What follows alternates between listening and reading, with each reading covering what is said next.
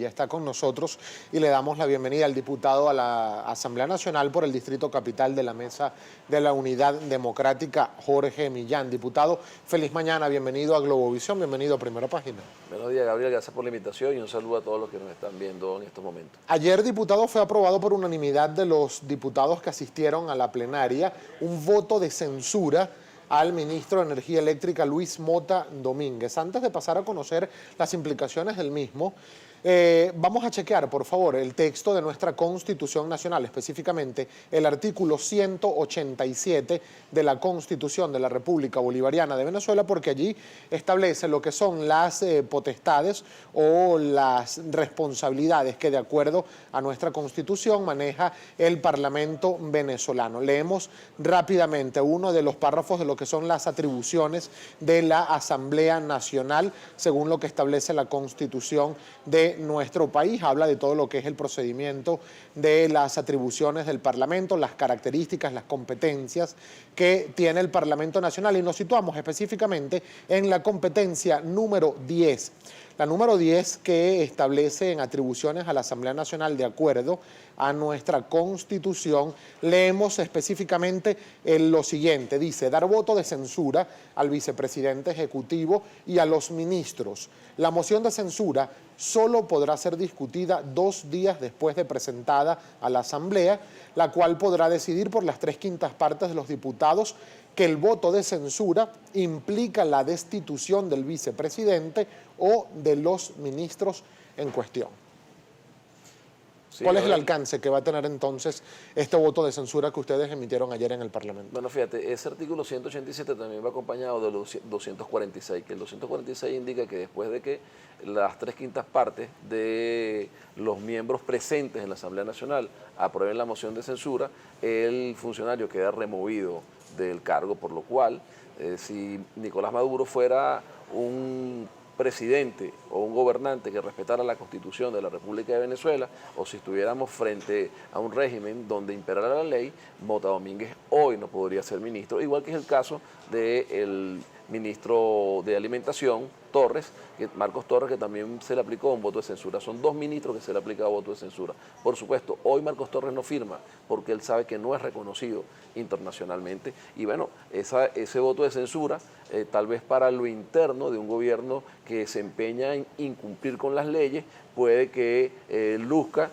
y que no tiene ningún tipo de sanción. Pero ya hay 2 sanciones. Primero, la sanción moral. El país tiene que saber que Mota Domínguez y los exministros y expresidentes de Corpoelec son responsables de lo que pasó en el 2016 y de las futuras crisis que se puedan presentar, porque aún el problema eléctrico se mantiene, aún los apagones se están generando. Ahora, diputado, si bien usted mismo lo señala, no esperan que el Ejecutivo acate este voto de censura que implicaría la destitución del ministro Mota Domínguez. Desde el Ejecutivo también ya dicen que todo acto que emane de la Asamblea Nacional es irrito, es inconstitucional, porque se amparan en sentencias del Tribunal Supremo de Justicia. Entonces, usted dice, bueno, internacionalmente sí tiene aplicación, pero ¿qué tipo de aplicación internacional puede tener este voto de censura que aprobaron ayer? Bueno, por ejemplo, el expresidente de Corpoelec tiene contratos con la CAF, con el BID, para el tema eléctrico. Él no podría firmar nada de eso porque no compromete a la República. Tal vez comprometa a un gobierno que se empeña, como lo hablábamos, en incumplir la ley,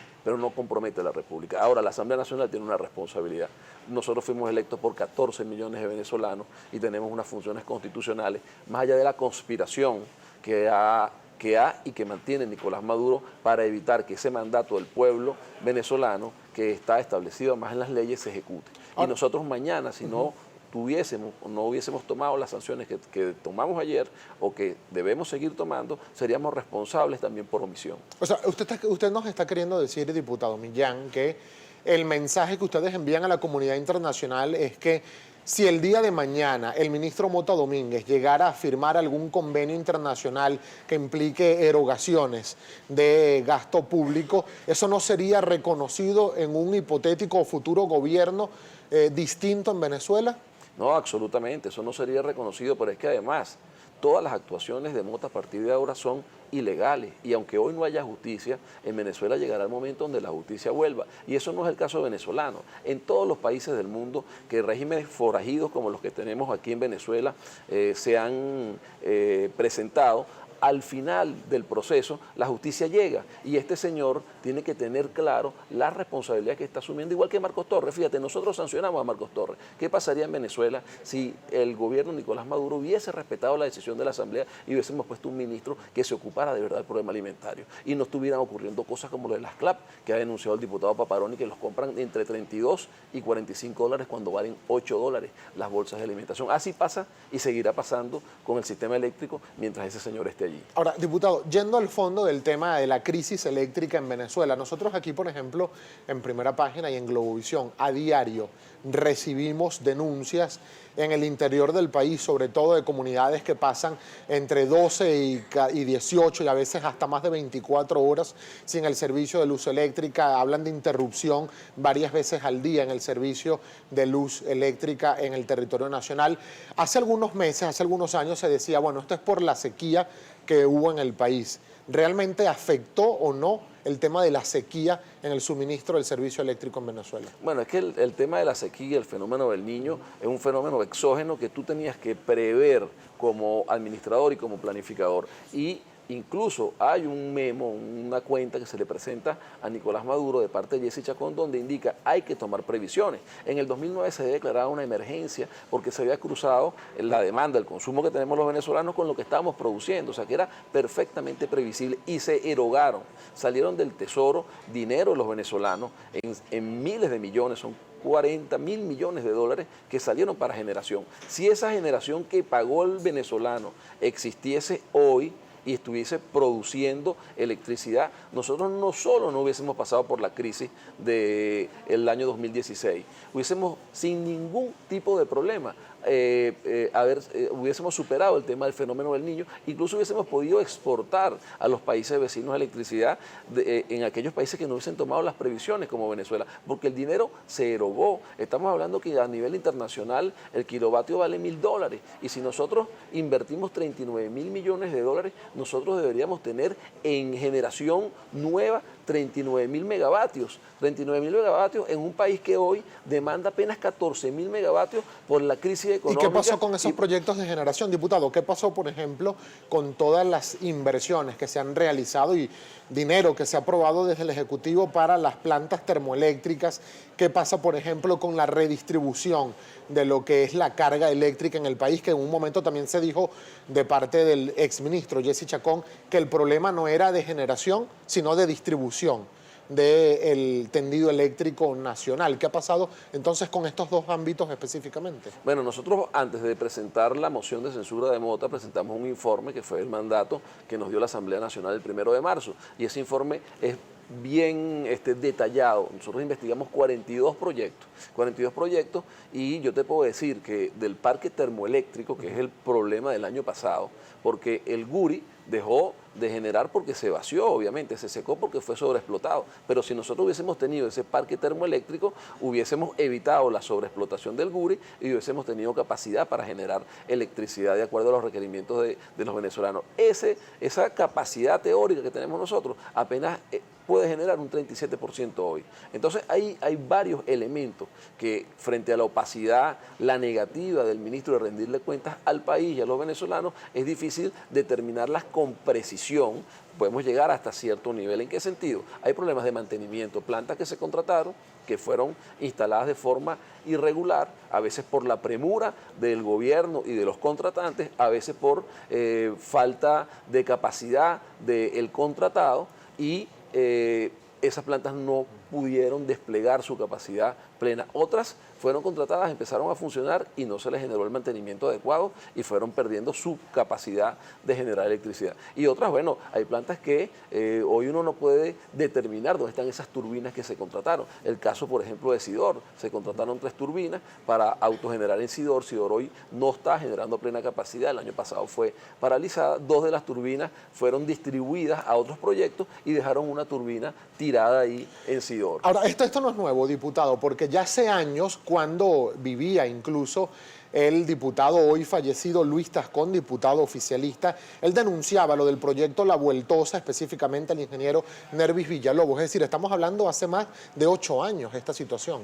Sí, bueno, es que el problema eléctrico, y por eso nosotros nos tocó investigar un periodo del 2009, cuando se decreta la crisis eléctrica, hasta este año 2016, donde es la crisis y se evidencia públicamente el problema. Es que ha habido una mala gerencia y ha habido un proceso en el cual el país ha permitido que en cuanto proyecto exista, y no es solo lo eléctrico, la corrupción sea la que gobierne. Y ese es el principal problema en Venezuela hoy, cuando nosotros vemos cuántas personas podrían alimentarse con los CLAP, por ejemplo, si las bolsas las compraran a $8. Bueno, cuánto dinero estuviera ingresando en las arcas de Venezuela si esos 40.000 millones de dólares se hubiesen invertido adecuadamente y las plantas estuvieran funcionando. Hablando de esos casos precisamente, diputado, tenemos acá en pantalla, no sé si mi camarógrafo nos puede ayudar por aquí, por favor, Rivas. Y esta es la revista oficial de la empresa Odebrecht, que tiene, dice la revista, 25 años de trabajo en Venezuela. En esta revista, cuando vamos al interior de la revista, tenemos ese trabajo que ahí está en pantalla. Precisamente se refieren a la central hidroeléctrica Manuel Piar, o mejor conocida como Tocoma, en el estado Bolívar. Dice la propia revista, y allí lo tenemos el título en rojo, que esta obra está en ejecución. Sin embargo, ha habido denuncias, diputado, de que esta obra está paralizada y que no solo está paralizada, sino que no llega ni siquiera al 50% de la ejecución de lo que aquí se presupuestó para esta obra.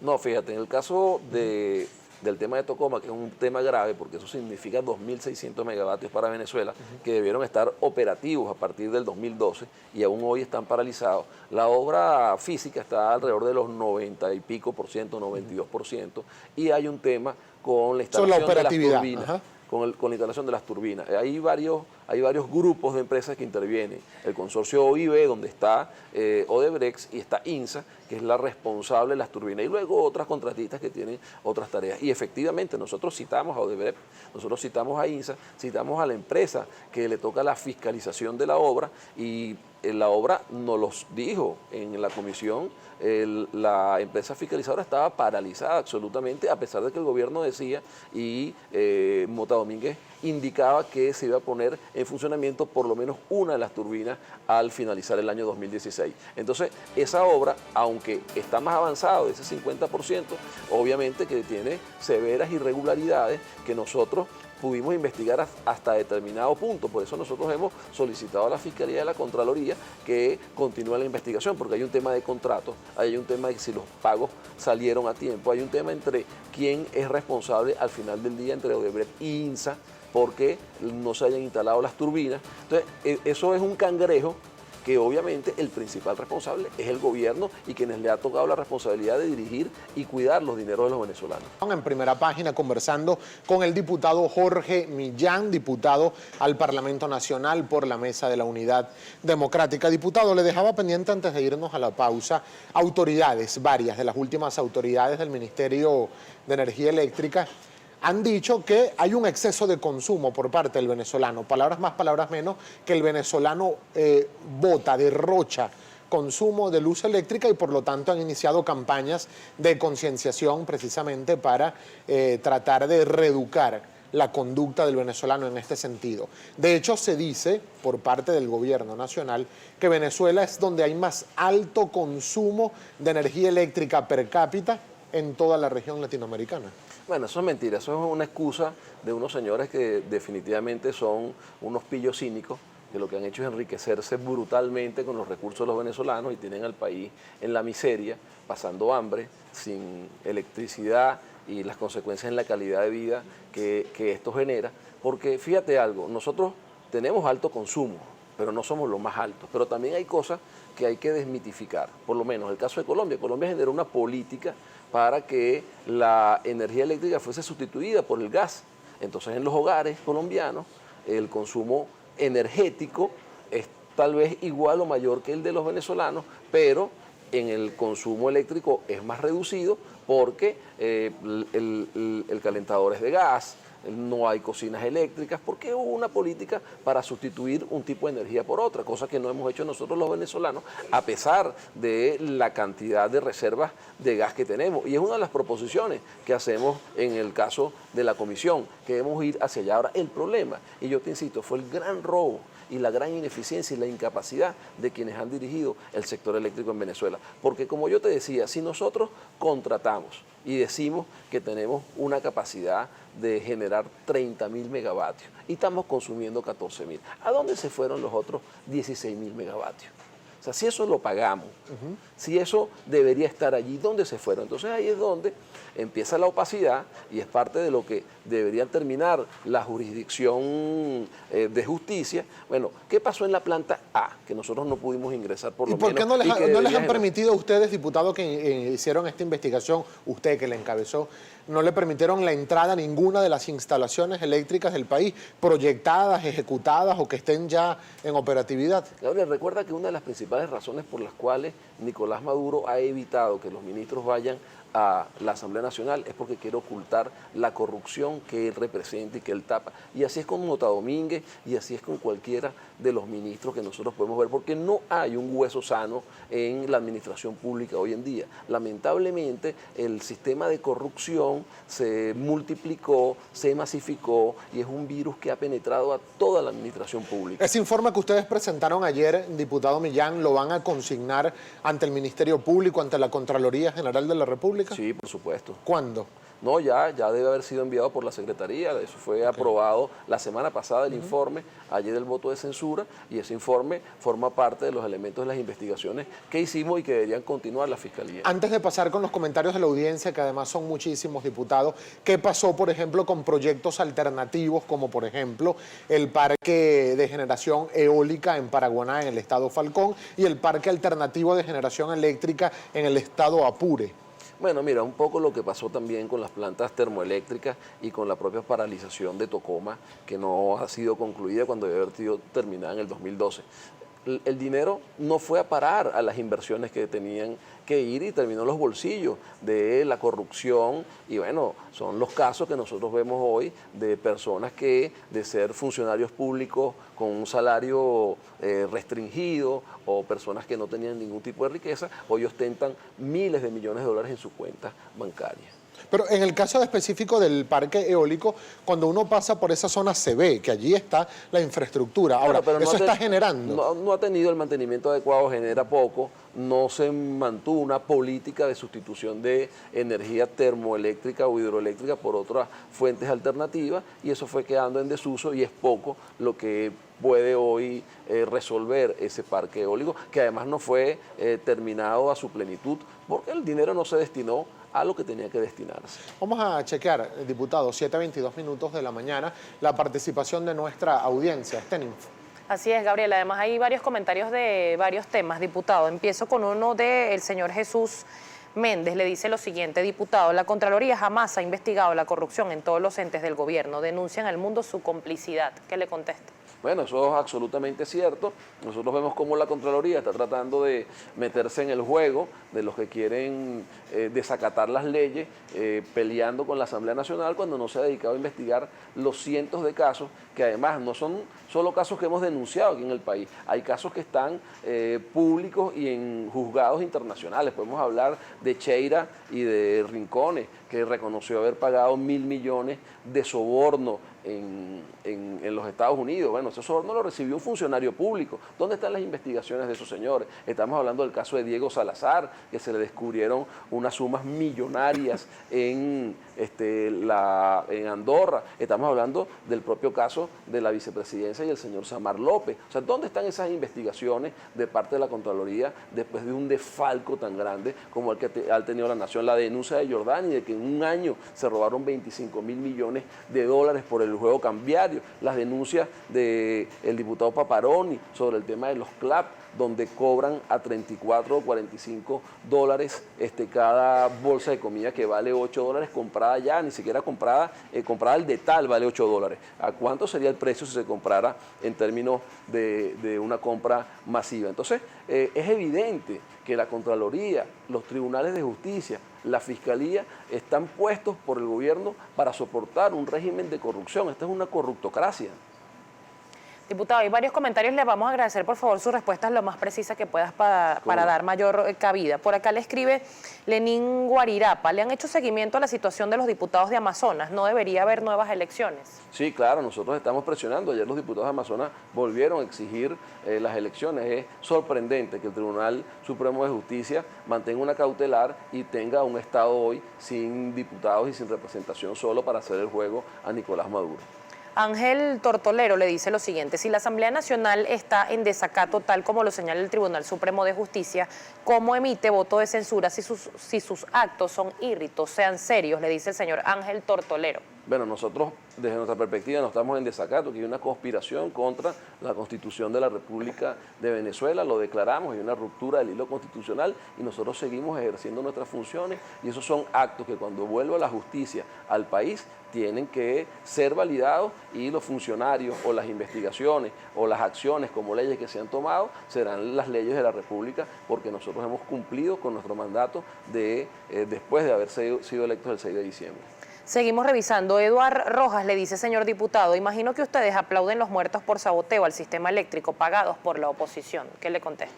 Es muy lamentable cómo cínicamente este gobierno se burla de las muertes que ellos mismos ocasionan. Hemos visto ayer a Nicolás Maduro burlarse de la yuca amarga cuando hay casos de familias que han muerto por este problema. También es el caso del sabotaje. Muchos de esas personas que mueren y que Mota Domínguez las acusa de sabotaje son empleados en una empresa que él dirige que tiene 4 años que no compra material de seguridad industrial y siendo, digamos que empleados que están arriesgando su vida por el trabajo que desarrollan al estar en contacto con electricidad de alta tensión. Y otro caso es vandalismo, porque obviamente que en la crisis económica que se ha generado material que está alrededor del país, cobre, etcétera, empieza a tener, digamos que un valor que incentiva a que algunos vándalos traten de apoderárselo para hacer negocios. Pero eso no tiene nada que ver con sabotaje. Aquí el problema es la ineficiencia y la corrupción de un gobierno y de una cúpula que ha arruinado el país. Diputado, finalizamos con un comentario del señor Luis Caro. Le pregunta lo siguiente: ¿a qué sanciones se someten los ministros y el presidente Nicolás Maduro por no acatar el voto de censura de la Asamblea Nacional? Bueno, en principio, Mota Domínguez a partir de hoy, cualquier acto está en curso en usurpación de funciones. Nicolás Maduro está incumpliendo con la Constitución al no acatar y mantener el voto de censura, y hay corrupción, malversación de dinero, porque al asignarle dinero a un señor que no ejerce sus funciones, obviamente que se está incumpliendo con la ley y como lo hemos dicho, el momento de la justicia en Venezuela va a llegar. Y ese momento de la justicia, a las personas que creen que se pueden saltar a la torera a las leyes, esas leyes le van a generar los castigos correspondientes. Diputado, nos quedan solo segundos para finalizar la entrevista y no lo quiero despedir sin antes conocer su opinión con este anuncio que hizo ayer el mandatario venezolano, el presidente Nicolás Maduro, donde exhortaba y llamaba a líderes religiosos, a los medios de comunicación, a que también se sumaran a esta propuesta de diálogo para la paz, como lo ha denominado el presidente Nicolás Maduro. ¿Han analizado ustedes esta propuesta también en la Mesa de la Unidad? Bueno, Maduro está en mora con el país y está en mora también con los propios facilitadores. Hay que revisar la carta de Monseñor Parolín cuando indica las faltas de cumplimiento por parte del gobierno de Maduro de los compromisos que se hicieron en el diálogo. Así que, ¿de qué diálogo habla Nicolás Maduro? Si él hablara de un diálogo, tendría que cumplir con el cronograma electoral que se acordó, con el respeto a la Asamblea Nacional, con el tema de la liberación de los presos políticos y con algo que demuestra su talante, o sea, el tema de la crisis humanitaria. Mira, nuestros niños están muriendo por desnutrición, por hambre. Hay personas que están muriendo porque no tienen acceso a la medicina. Es decir, no va a dialogar con el gobierno en la Mesa de la Unidad, diputado. De abrir canales para que las personas puedan tener acceso a la ayuda humanitaria internacional. Para irnos, es decir, ¿descartan todo tipo de diálogo directo con el gobierno nacional? El gobierno tiene que cumplir con los acuerdos previamente. Muchísimas gracias, diputado Millán, por haber tenido la gentileza para compartir estos minutos con nosotros. El diputado Jorge Millán, diputado del Parlamento venezolano por la Mesa de la Unidad Democrática, representando al Distrito Capital. Nosotros a esta hora, 7:29 minutos de la mañana, hacemos un alto a nuestro segmento de entrevistas.